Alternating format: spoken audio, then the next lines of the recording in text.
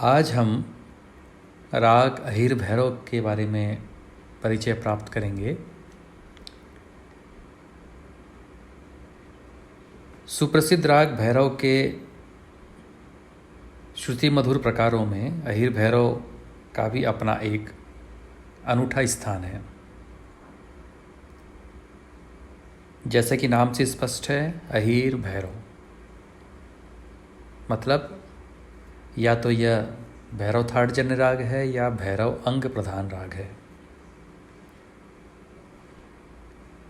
इस राग के उत्तरांग में धैवत शुद्ध और निषाद कोमल है, जबकि भैरव में कोमल धैवत और शुद्ध निषाद होता है। इसलिए इसे एक दृष्टि से भैरव थाट का राग हम नहीं मान सकते,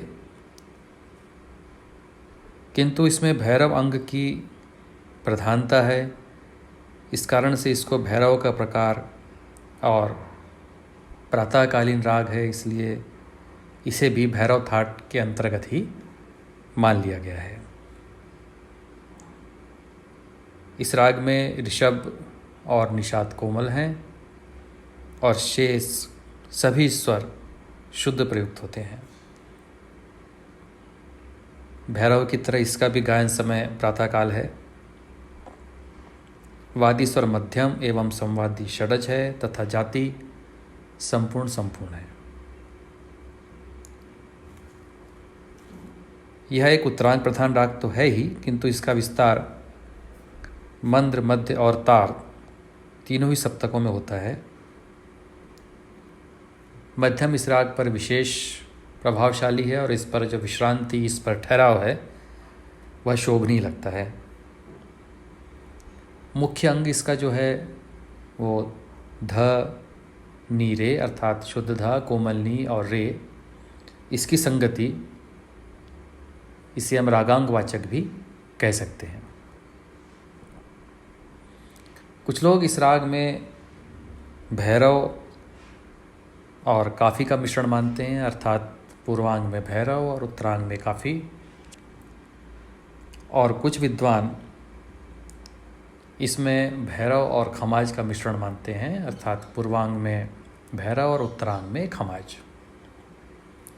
सबके अपने अपने मतानुसार है, ये मानते हैं। लेने के तरीक़ों से ये मानते हैं, किस तरह से उत्तरांग में स्वर लेते हैं तो काफ़ी दिखता है और किस तरह से स्वर लेते हैं तो खमाज दिखता है।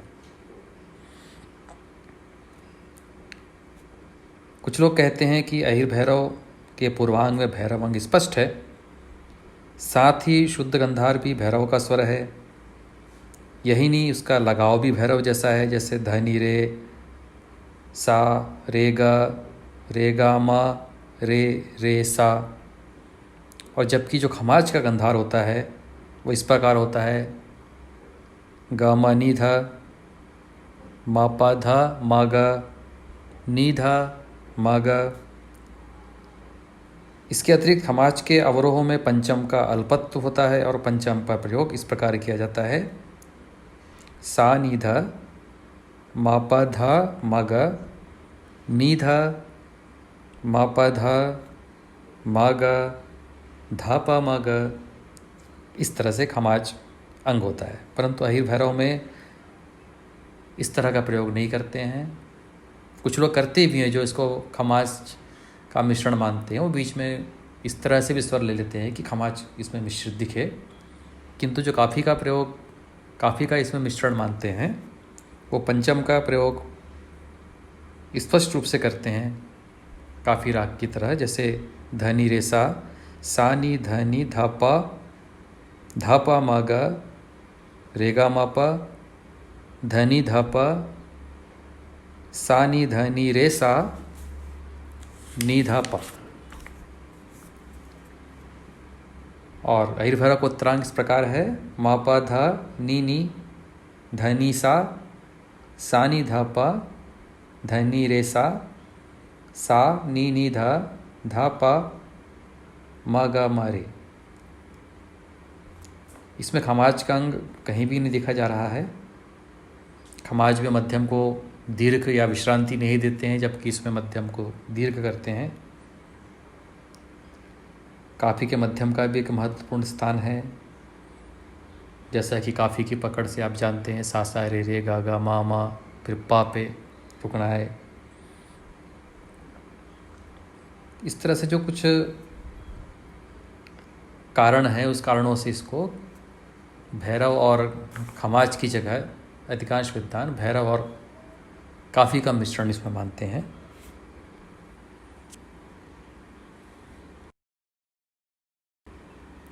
अब इसके स्वरों का स्थान और प्रयोग किस तरह से होता है ये हम देखते हैं। सबसे पहले ऋषभ की बात करें तो इसके ऋषभ का आरोह में अलंघन बहुत्व तथा अवरोह में न्यास या अभ्यास का बहुत्व है। मतलब यह है कि आरोह और अवरोह कभी भी इस स्वर को छोड़ा नहीं जाता। आरोह में ऋषभ प्रयोग करते हैं, अवरोह में ऋषभ पर न्यास न करके गंधार को दीर्घ करते हुए मध्यम पर रुकते हैं। परंतु दूसरी ओर अवरोह में भैरव अंग को स्पष्ट करने के लिए बार बार ऋषभ पर ही न्यास किया जाता है, जैसे गामा रे, पा गामा रे, पामा गरे, इस तरीके से। गंधार का आरोह दीर्घ महत्व है, अर्थात गंधार पर न्यास नहीं करते हैं। गंधार आरोह में अवरोह में गंधार वक्र तथा अल्प है, जैसे पा गामा रे। मध्यम का न्यास बहुत है, आंशिक न्यास बहुत है। वादी स्वर संबंधी न्यास वादी तो है ही, इसका प्रयोग मध्यम का भी काफ़ी होता है। खुला लगाते हैं तो इस राग में प्राण आ जाता है। कई बार अवरोह करते समय पागा की संगति में इसका लंघन भी हो जाता है, किंतु ये इस राग के लिए महत्वपूर्ण स्वर तो है ही। पंचम पूर्ण न्यास बहुत्व है, क्योंकि आरोह अवरोह दोनों ही ओर से आलाप करके इस स्वर पर विश्रांति की जाती है। कभी कभी भैरव के अन्य प्रकारों की भांति प्रस्तुत राग में जब धामा की संगति होती है तो मध्यम की चमक से पंचम दब सा जाता है, परंतु पुनः रेगा मापा धनी निधा पा धनी सा निधा पा, इस प्रकार पुनः पंचम एक अनन्य सेवक की भांति अपने राजा मध्यम की सेवा करता है। दैवत और निषाद आरोह अवरोह में कभी भी छोड़ते नहीं हैं, अतः प्रस्तुत राग में निषाद तथा दैवत का अलंघन बहुत ही समझना चाहिए।